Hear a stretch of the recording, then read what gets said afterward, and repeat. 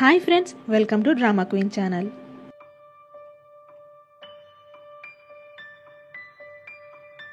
ఇప్పుడు సీన్లో యోమ్ కనపడక 1 year అవుతుందన్న న్యూస్ని బర్గర్ కొనుక్కోవడానికి వచ్చిన దాంగ్జు టీవీ ఛానల్లో చూస్తూ ఉంటాడు.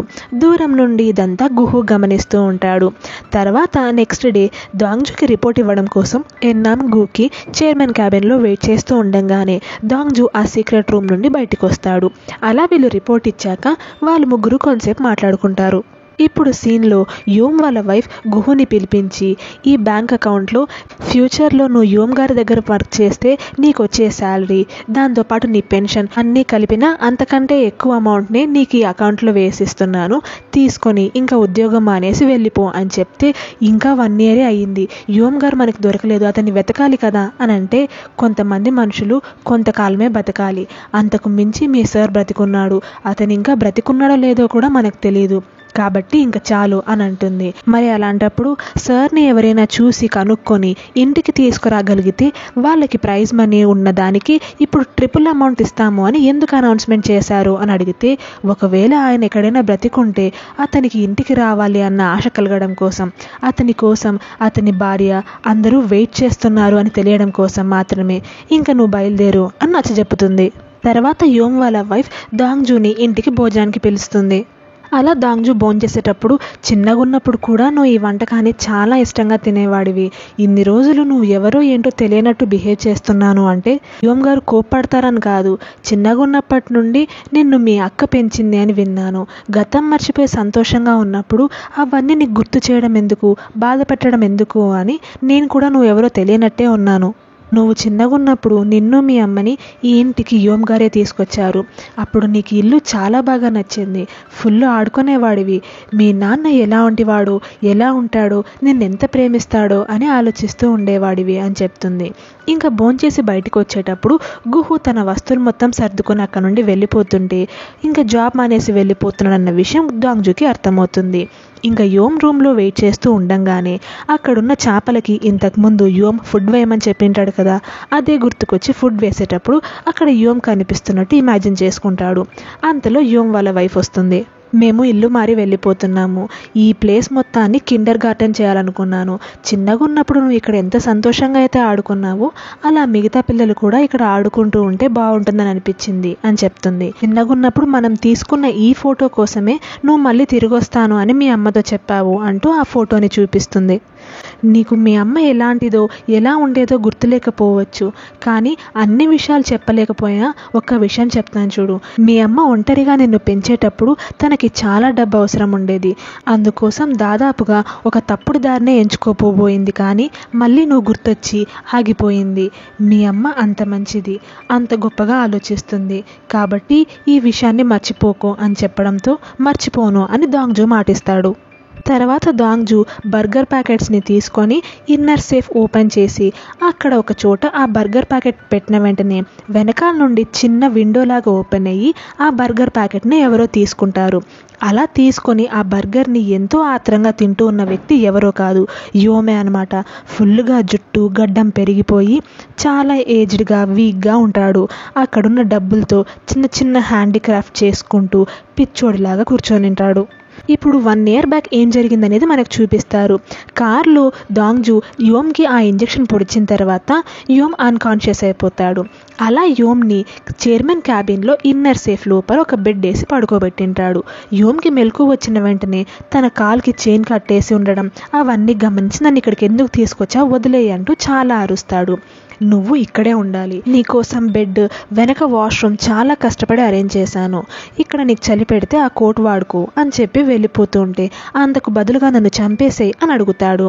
నేను నిన్ను ఇప్పుడే చంపను అని చెప్పాను కదా, టైం వచ్చినప్పుడు చంపేస్తాను అని చెప్పి వెళ్ళిపోతాడు. ఇప్పుడు ప్రజెంట్లో దాంగ్జు యోమ్ దగ్గరికి వస్తాడు. ఈరోజు మీ ఇంటికి భోజనానికి వెళ్ళాను, నువ్వు గుర్తొచ్చి ఇక్కడికి వచ్చాను అని చెప్తే, నేను చనిపోయేంత వరకు ఇక్కడే పెట్టుకోవాలి అన్నది నీ ప్లాన్ కాదు, మరి నీ ప్లాన్ ఏంటి, నీకేం కావాలి అని అడగడంతో నాకు నిన్న రాత్రి ఒక ఆలోచన వచ్చింది, ఈ ఇన్నర్ సేఫ్ పాస్వర్డ్ నాకు మాత్రమే తెలుసు, నాకేమైనా అయ్యి చనిపోయానంటే ఇక్కడే నువ్వు తిండి కూడా లేకుండా చనిపోయి కుళ్ళిపోతావు అని అంటాడు. నీకు కావాల్సింది అదేనా అని అంటే, అయితే నీకు రోజు ఫుడ్ ఎందుకు తీసుకొస్తాను అని అంటాడు. మరి నీకు కావాల్సింది డబ్బే అయితే ఎంత కావాలో చెప్పు, ఇస్తాను, నన్ను వదిలిపెట్టేసే అని అడిగితే నీ మొత్తం ఆస్తి కావాలి అని అంటాడు. అది నేను చచ్చినా ఇవ్వను అని చెప్పడంతో అది కూడా నాట్ బ్యాడ్ ఐడియా, నువ్వు చనిపోయినా పర్లేదు అని చెప్పి వచ్చేస్తూ ఉంటే లేదు నేను ఇంట్లో అయినా ప్రశాంతంగా చనిపోతాను, అందుకు ఏం చేయాలో చెప్పు అని అడుగుతాడు. తర్వాత దాంగ్జు పెద్దనని కలవడానికి వెళ్ళి ఇలా ఆ 2 ట్రిలియన్ అమౌంట్ని నేనే పెట్టేసుకుంటాను అని చెప్పడంతో అలా ఎలా కుదురుతుంది అని అంటాడు. నువ్వు గనక నేను చెప్పినట్లు వినకపోతే నీకు సంబంధించిన వాళ్ళందరి గురించి, వాళ్ళు తీసుకున్న లంచాలు, చేసిన తప్పులు అన్నీ ఆర్డర్ ప్రకారంగా నా దగ్గర లిస్ట్ ఉన్నాయి, అవి ఆల్రెడీ సొక్కుకి అప్పజెప్పేశాను, ఇంకా ఎక్కువ మాట్లాడితే నీవి కూడా అప్పజెప్పేస్తాను, కాబట్టి జాగ్రత్తగా ఉండు అని చెప్పడంతో పెద్దాయన ఏం మాట్లాడలేక సైలెంట్ అయిపోతాడు. ఇంకా యోమ్ తన ఆస్తి మొత్తం ఇచ్చేయడానికి ఒప్పుకున్నాడు కదా, ఆ ఆస్తి మొత్తాన్ని డొనేట్ చేసేసింటాడు. అలా వాళ్ళతో మాట్లాడిన తర్వాత దాంగ్జుకి కాల్ చేసి ఇలా యోమ్ సైని ఎక్కడి నుంచి సాధించావు అని అడగడంతో ఈ విషయంగా మళ్ళీ మాట్లాడదాము అని చెప్పి కాల్ కట్ చేసేస్తాడు. ఇప్పుడు సీన్లో యోమ్కి మెలకు వచ్చేసరికి తన కాలుకి కట్టేసిన చైన్ ఉండదు, ఇంకా డోర్స్ కూడా అన్నీ ఓపెన్గా ఉండడంతో అక్కడ నుండి పారిపోయి బయటికి వెళ్ళిపోతాడు. ఇదంతా అక్కడ నుండే గమనిస్తూ ఉన్న దాంగ్జు అతను వెళ్ళిపోయిన తర్వాత అది ఇంతకుముందు చైర్మన్ క్యాబినే అయినా ఇప్పుడు దాంగ్జు క్యాబిన్ లాగా మార్చేసింటారు. తన చైర్లో కూర్చొని ఆలోచిస్తూ ఉండంగానే ఏడుపు రావడంతో ఏడ్చేస్తాడు. బయటికి వచ్చిన యోమ్ ఒక ట్యాక్సీ తీసుకొని వాళ్ళ ఇంటి దగ్గరికి వెళ్ళేసరికి అది కిండర్ గార్టెన్ లాగా మారిపోయిందన్న విషయం తెలుస్తుంది. ఇక్కడ దాంగ్జు దగ్గరికి తేయున్ వచ్చి నా వల్ల కావట్లేదన్నయ్య, నువ్వు చెప్పావని దేశల్ వార్డ్లో 6 months పనిచేస్తూ వచ్చాను, అది నాకు సెట్ అవ్వదు అని అంటే ఇల్దు గారికి నువ్వు దేశంలో సెటిల్ అవ్వడం ఎంతో ఇష్టం, ఆ విషయం నాకంటే బాగా నీకే తెలుసు, కాబట్టి ఇంకొద్ది కాలం వెయిట్ చేయి, అప్పటికే నీకు ఇదే అనిపిస్తుంది అని అంటే నేను కూడా నీ డెసిషన్ని సపోర్ట్ చేస్తాను అని చెప్పడంతో సరే అని అంటూ ఉండగానే తేయున్కి వాళ్ళ తాతయ్య కాల్ చేస్తాడు. ఇలా దాంగ్జుకి ట్రై చేస్తుంటే కాల్ లిఫ్ట్ చేయట్లేదు, నీ దగ్గర ఉంటే వెంటనే ఇంటికి తీసుకురా అని చెప్పిన వెంటనే చైర్మన్గా నిన్ను గుర్తుపడుతున్నారా అని దాంగ్జు ఆశ్చర్యపోతాడు. తర్వాత దాంగ్జు ఇంటికి భోజనానికి వస్తాడు, కానీ తొందరలో టైం మర్చిపోతాడు. వెంటనే పైన బటన్ పెట్టేసుకొని పరిగెత్తుకుంటూ చైర్మన్ దగ్గరికి వెళ్తాడు. అక్కడ టేబుల్ దగ్గర ఉన్న వాళ్ళందరినీ చైర్మన్ గారు కరెక్ట్గా గుర్తుపడతాడు. అందుకు అందరూ హ్యాపీగా ఫీల్ అవుతారు. తర్వాత తేయున్ వాళ్ళ అమ్మతో ఇలా తనకి దేశంలో వర్క్ చేయడం ఇష్టం లేదన్న విషయం చెప్పిన వెంటనే ఎంత ధైర్యం నీకు అంటూ తిడుతుంది. మీరు ఇలానే నన్ను బలవంతం చేశారంటే నేను చనిపోతాను అని అనడంతో అంత ఈజీగా చనిపోతాను అన్న మాట ఎలా మాట్లాడగలుగుతున్నావు, నీకోసం నేను మీ నాన్న ఇంత చేస్తుంటే నీకు అర్థం కావట్లేదా అంటూ కొడుతుంది. నువ్వు ఈ కంపెనీలో కనీసం CEO అయినా అవ్వాలి, అందుకు నీ దారిలో అడ్డొచ్చిన ఎవరిని నేను వదలను, నీకు కావాల్సింది మొత్తం నేను అరేంజ్ చేస్తాను, ఇంకొకసారి ఇలా మాట్లాడకు, ఎంత కష్టమైనా భరిస్తూ ముందుకెళ్ళు ప్లీజ్ అంటూ మళ్ళీ తన కొడుకుని హగ్ చేసుకొని అలా కొట్టినందుకు సారీ చెప్తుంది. తర్వాత దాంగ్జు చైర్మన్తో తన క్యాబిన్లో మాట్లాడేటప్పుడు చైర్మన్ కంపెనీ పేర్లు కూడా మర్చిపోతూ ఉంటాడు. చైర్మన్ అడిగినందుకు దాంగ్జు ఒక లాలీపాప్ తెచ్చి ఇచ్చింటే దాన్ని ఎంతో హ్యాపీగా తింటూ మళ్ళీ గతంలో ఎలా అయితే ఇల్దూని వైస్ చైర్మన్ చేద్దాం అనుకుంటున్నాడో అదే విషయంగా మాట్లాడుతుంటే చైర్మన్ గారి పరిస్థితి చాలా వర్స్ట్ అయిపోయిందన్న విషయం దాంగ్జుకి అర్థమవుతుంది. అందుకే తన మనసులో నాకు ఇప్పుడు ఒక వెకేషన్ కావాలి చైర్మన్ గారు, కానీ ఇది లాస్ట్ టైం కంటే ఎక్కువ రోజులు వెళ్ళబోతున్నాను అని అనుకుంటాడు. తర్వాత ఇన్నర్ సేఫ్ పాస్వర్డ్ని ఎన్నాంకి ఇచ్చి మొత్తం కంపెనీలో ఫ్యామిలీలో అందరిలోకి ఇది తెలిసిన 4వ పర్సన్వి నువ్వే అని చెప్పిన వెంటనే ఇంత ప్రెషర్ హ్యాండిల్ చేయడం నా వల్ల కాదు, నాకొద్దు అంటూ ఇచ్చేస్తుంది. ఎందుకు, దేశం ఎనర్జీని కెమికల్ని మర్జ్ అయ్యే విషయంలో అన్ని బాధ్యతలు తీసుకునింది నువ్వే, అది అయ్యేలా చేసింది కూడా నువ్వే, కాబట్టి నువ్వు ఇది తెలుసుకోవడానికి అర్హురాలివే, అందుకే నీకు ఇస్తున్నాను అని చెప్పడంతో ఇలా చెప్తుంటే నాకు నమ్మబుద్ధి అవుతుంది, కానీ ఇది నాకెందుకు ఇస్తున్నావు, నువ్వు దేశం వదిలిపెట్టి వెళ్ళిపోతున్నావా అని అడుగుతుంది. అవును అని చెప్పడంతో ఎందుకు అలా చేస్తున్నావు, వెళ్ళిపోకు ప్లీజ్ అని అడుగుతుంటే యోమ్కి తను ఎంతగానో ఇంపార్టెంట్ అని ఫీల్ అయ్యే తన ఆస్తి మొత్తాన్ని లాగేసుకొని బ్రతకడానికి వదిలేశాను, ఇప్పుడు నాకు ఏది తప్పో ఏంటో అర్థం కావట్లేదు, ఒక ఆన్సర్ వెతకడానికే వెళ్తున్నాను అని చెప్తాడు. ఇంకా దాంగ్జు కిందికి వచ్చేసరికి నువ్వు ఎక్కడికి వెళ్ళాలనుకుంటున్నావో అక్కడికి నేను డ్రైవ్ చేసుకుంటూ తీసుకెళ్తాను అని చెప్పడంతో ఎన్నాం దాంగ్జు ఇద్దరూ బయలుదేరుతారు.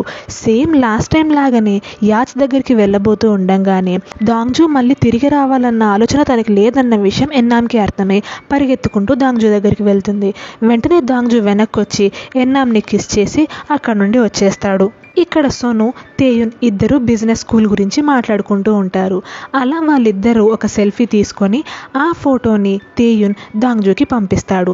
అంతలో నేను కాఫీ తీసుకొస్తాను, నీకంటే నేనే కదా చిన్నవాడిని, నేనే వెళ్తాను అంటూ సోను తేయున్ కప్ తీసుకొని అక్కడ నుండి వచ్చేస్తాడు. రాను నేను సోను క్లోజ్ అవుతూ ఉన్నాము, నాకంటే ఎక్కువ దేశానికి సోనునే కరెక్ట్ అని అనిపిస్తుంది అని దాంగ్జూకి మెసేజ్ చేస్తాడు. అంతలో తేయున్ని వెనకాల నుండి సోను వచ్చి పైనుండి తోసేయడంతో కింద పడి చనిపోతాడు. ఇక్కడ యోమ్ని పోలీసులు అరెస్ట్ చేస్తారు. తేయున్ మెసేజ్ చూసుకున్న దాంగ్జూ చాలా హ్యాపీగా సముద్రంలోకి వెళ్ళి వాళ్ళ నాన్న కోరుకున్న ప్రకారమే వాళ్ళ నాన్న యాషెస్ని అక్కడ సముద్రంలో కలిపేస్తాడు. దాంతోపాటు ఎన్నామ్ని ఫస్ట్ టైం కలవడం, తను ట్రిప్కి రావడం, అక్కడ తన మీద జరిగిన అటాక్, అలా తన జర్నీ మొత్తాన్ని గుర్తు చేసుకొని తన చేతిలోకి గన్ తీసుకుంటాడు. ఇక్కడ చైర్మన్ తన గతాన్ని మొత్తం మర్చిపోయి చిన్నపిల్లోళ్ళలాగా బిహేవ్ చేస్తుంటే అతన్ని యాంగ్సు, సోను ఇద్దరూ తీసుకొచ్చి ఫ్యామిలీ ఫోటో తీసుకుంటూ ఉంటారు. గూకి దేశన్ వరల్డ్కి CEO లాగా ఉంటుంది. తన కొడుకు చనిపోయాడు అన్న బాధలో దూకి హాస్పిటలైజ్ అయి ఉంటుంది. ఇంకా ఎన్నాం దాంగ్జూ వాళ్ళ ఇంట్లో ఆ పెయింటింగ్లో యాచ్ మీద దాంగ్జూని వేసింటుంది కదా, పక్కనే ఎన్నాం అన్నట్లు ఇంకొక అమ్మాయి బొమ్మని గీసింటుంది. నువ్వు వెనక్కి తిరిగి రావాల్సిన అవసరం లేదు, నీకు కావాల్సినంత బ్రేక్ తీసుకో అని అనుకుంటుంది. కానీ దాంగ్జూ అక్కడ గన్ను పట్టుకున్న తర్వాత ఏం చేశాడు, తను షూట్ చేసుకుని సూసైడ్ చేసుకున్నాడా, అక్కడి నుండి ఏటో వెళ్ళిపోయాడా, లేక కొద్ది రోజుల తర్వాత మళ్ళీ తిరిగి వస్తాడా అనేది కరెక్ట్గా చూపించలేదు. స్టోరీలో ట్విస్ట్స్ అన్నీ బాగున్నా ఎండింగ్ నాకు అంత నచ్చలేదు. మరి ఈ స్టోరీ ఎండింగ్ మీద మీ ఒపీనియన్ ఏంటి అనేది కమెంట్ చేసి చెప్పండి. ఇంకొక మంచి స్టోరీతో మీ ముందుకి నెక్స్ట్ వీడియోని తీసుకొస్తాను. అంతవరకు మన ఛానల్ని మీరు ఇంతే ప్రేమగా సపోర్ట్ చేస్తారు అని కోరుకుంటూ ఇట్లు మీ డ్రామా. Thanks for watching. మీకు మా వీడియో నచ్చినట్లయితే ప్లీజ్ మా ఛానల్ని సబ్స్క్రైబ్ చేయండి. Thank you.